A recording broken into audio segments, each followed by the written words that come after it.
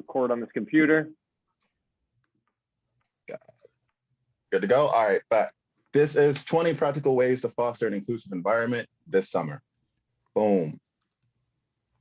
Number one, and probably number one, I put this number one for a reason, add hip hop to your camp playlist. Hip hop, I'm gonna tell a story pretty much really quick, is that I once worked at a camp where we did an activity where it was kind of like figure out the problem. My actual solution was that there was no problem. However, some of the guesses as to what the problem was, I had mentioned that the problem was mentioned that it was hip hop that was the actual problem. And that right there tells you a lot about the culture, right?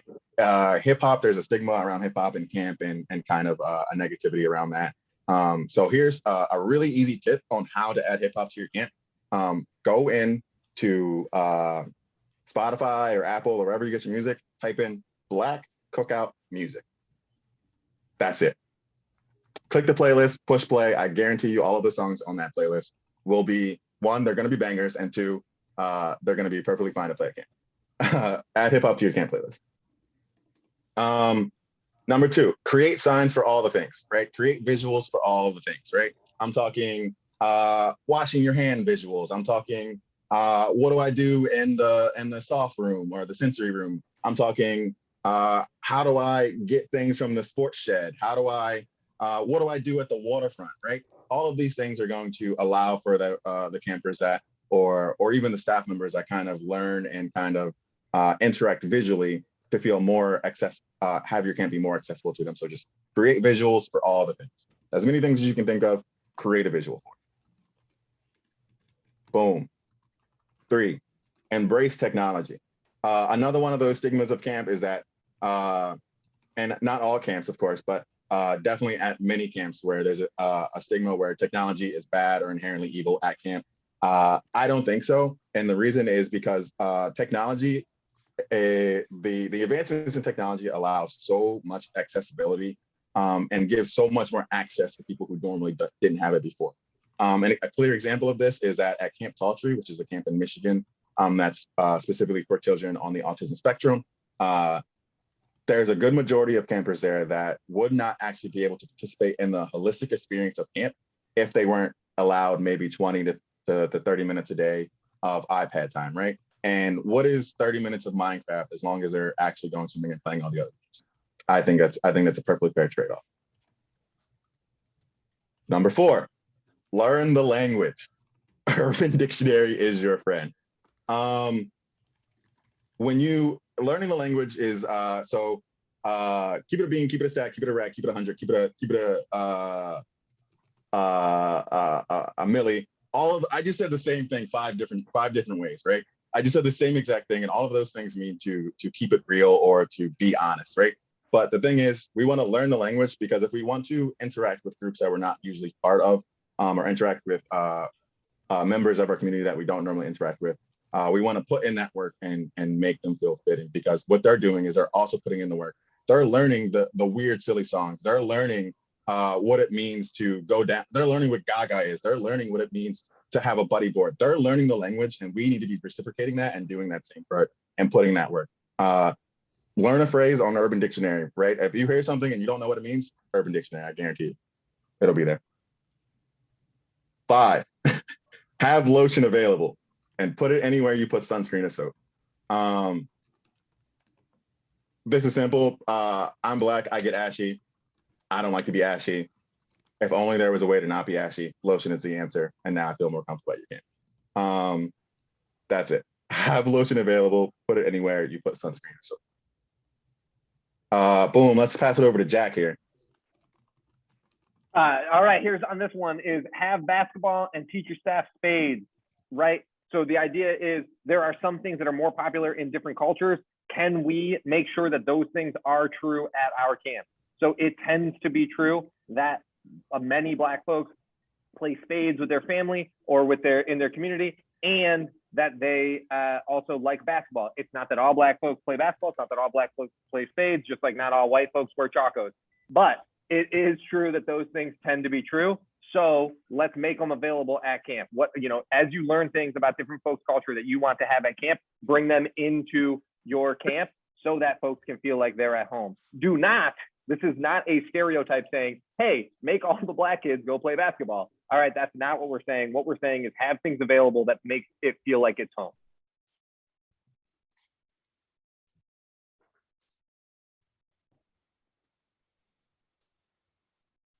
Cool, you want to take this one?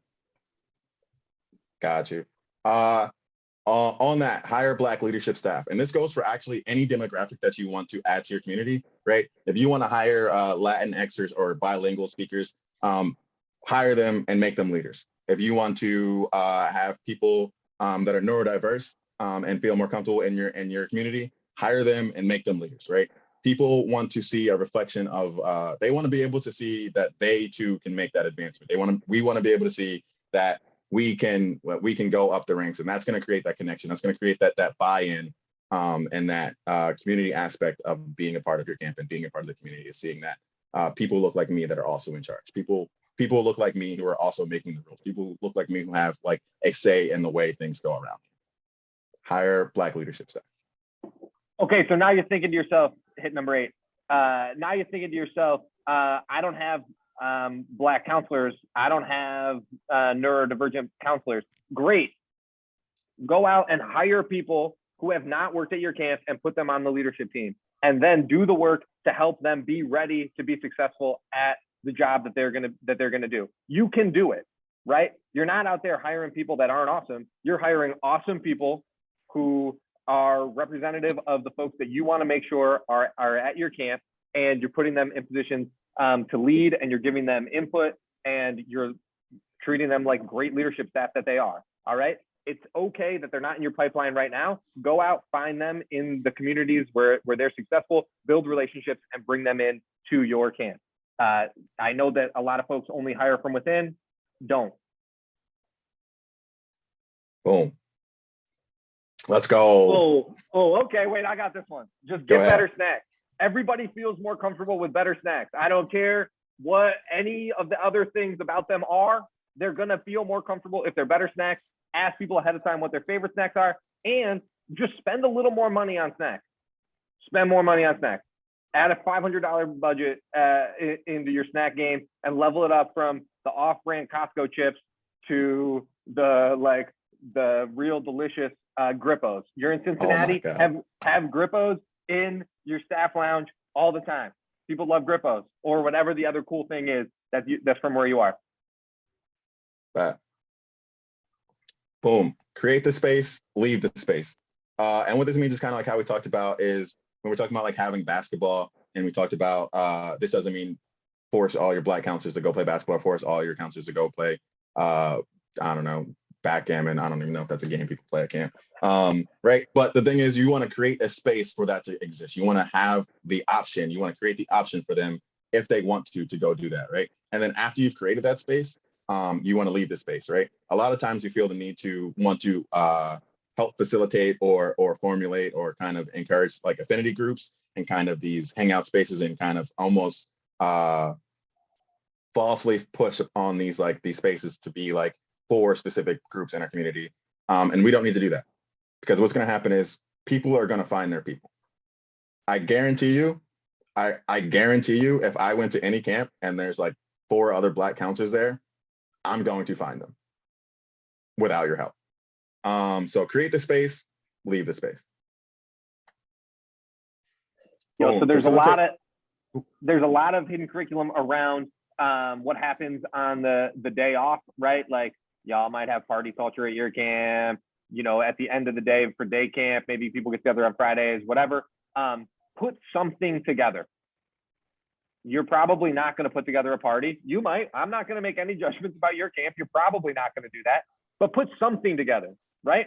So that there is something people can opt into that don't understand all the hidden curriculum yet, that don't know the tricks on how to get to the local town, that don't know that on Saturdays, your day camp staff gets together for bowling or whatever. Just put something together. It doesn't have to be complicated.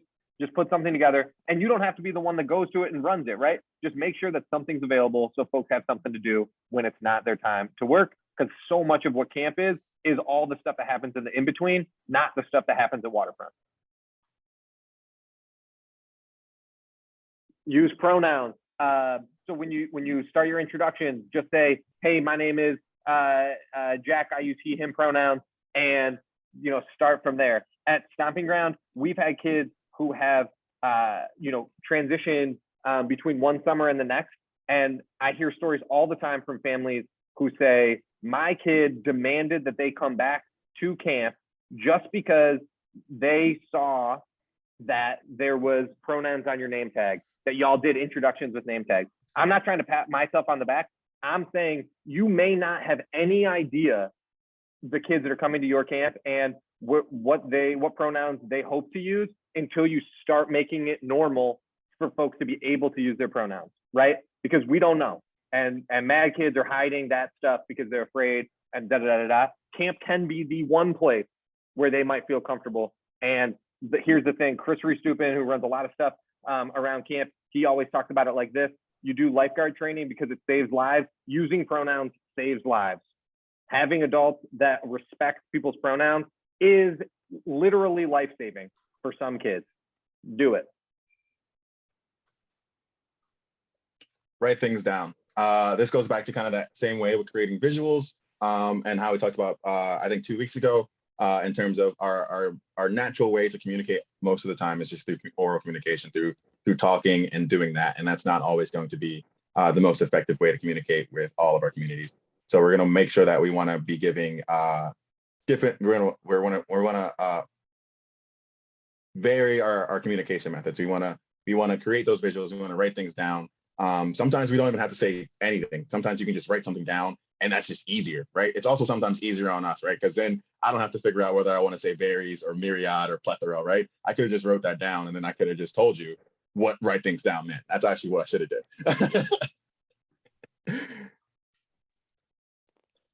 I'm a one-trick pony on this.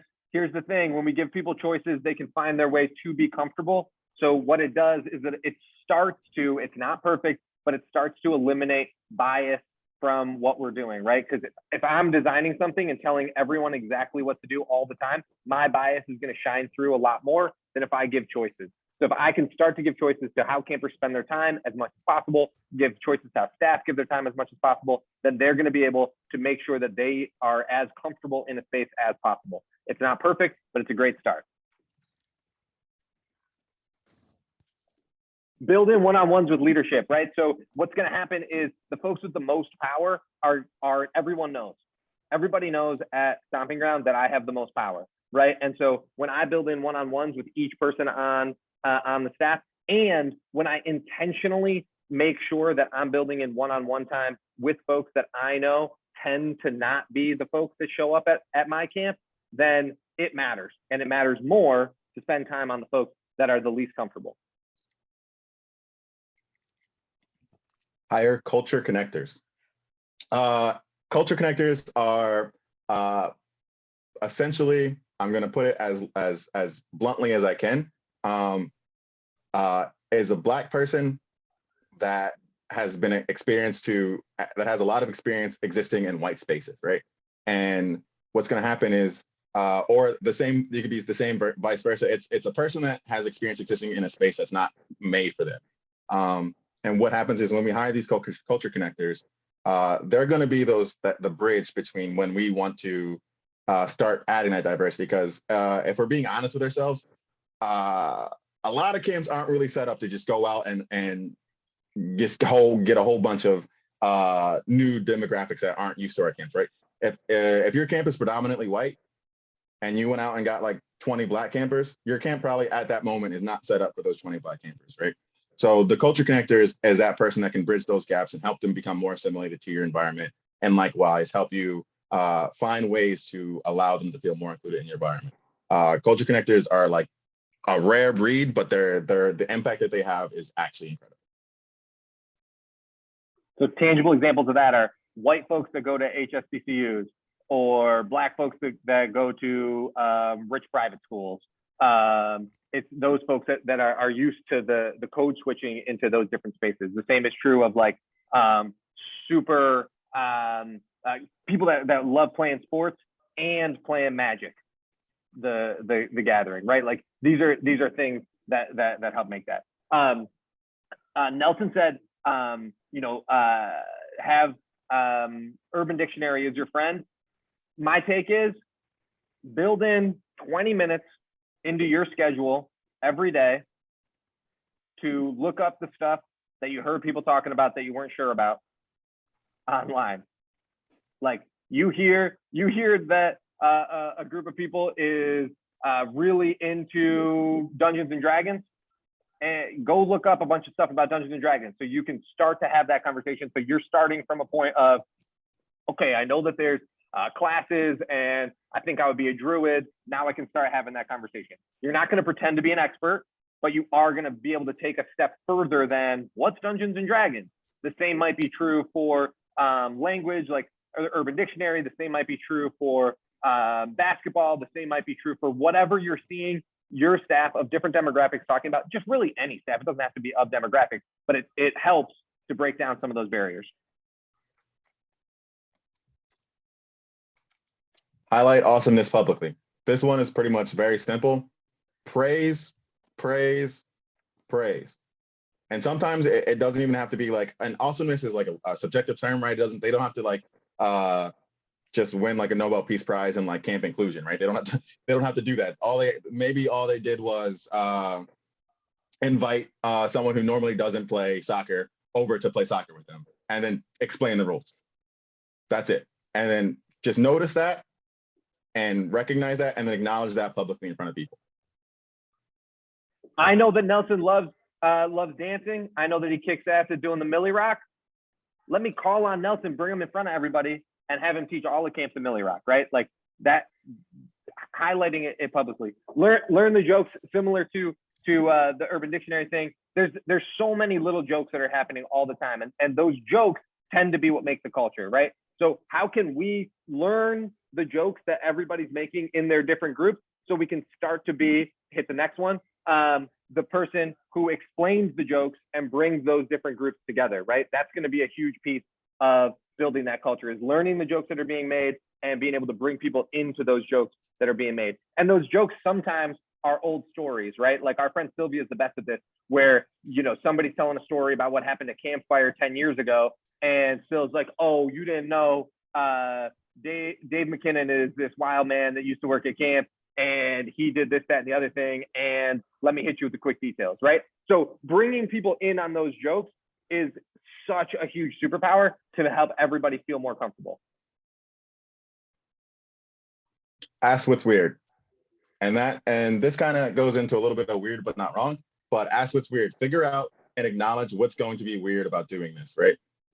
And it's okay. And do that early. You're going to do that early and just pretty much ask a question like, what is going to feel uncomfortable? Or just acknowledge the fact that something's going to feel uncomfortable. And then once you realize that, right, then you can decide on this concept that's called weird but not wrong. Weird but not wrong. Weird but not wrong. And weird but not wrong, all that really means is that something that may not seem like the status quo and kind of seems like you definitely shouldn't be doing that. But if they're having fun and it's safe, it's probably not wrong. Right. An example of this is there was a camper that was really into cars.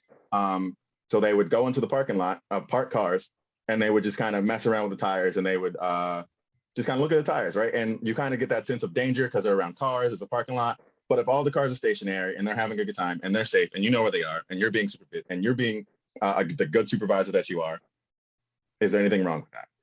I don't think so. So weird but not wrong, and kind of figuring out what's weird early on. All right, and our last one for today is maybe don't talk about your Chaco tan. I get it.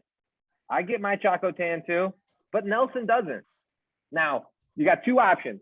You can, one, not talk about your Chaco tan, which maybe is saying like less beach. Chacos are like a kind of sandal that leave like a specific tan line on your foot, right?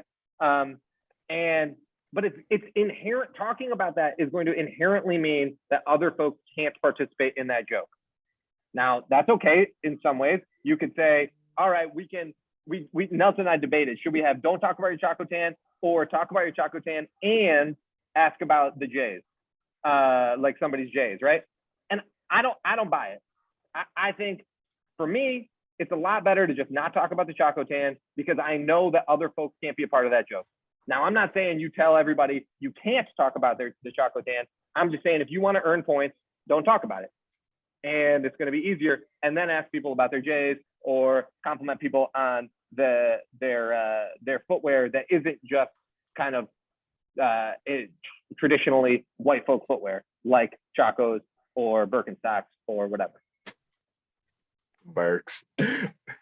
Boom. That's 22. Well, let's go. That's I think that's the last one though. That's the last one. I'm going to stop recording.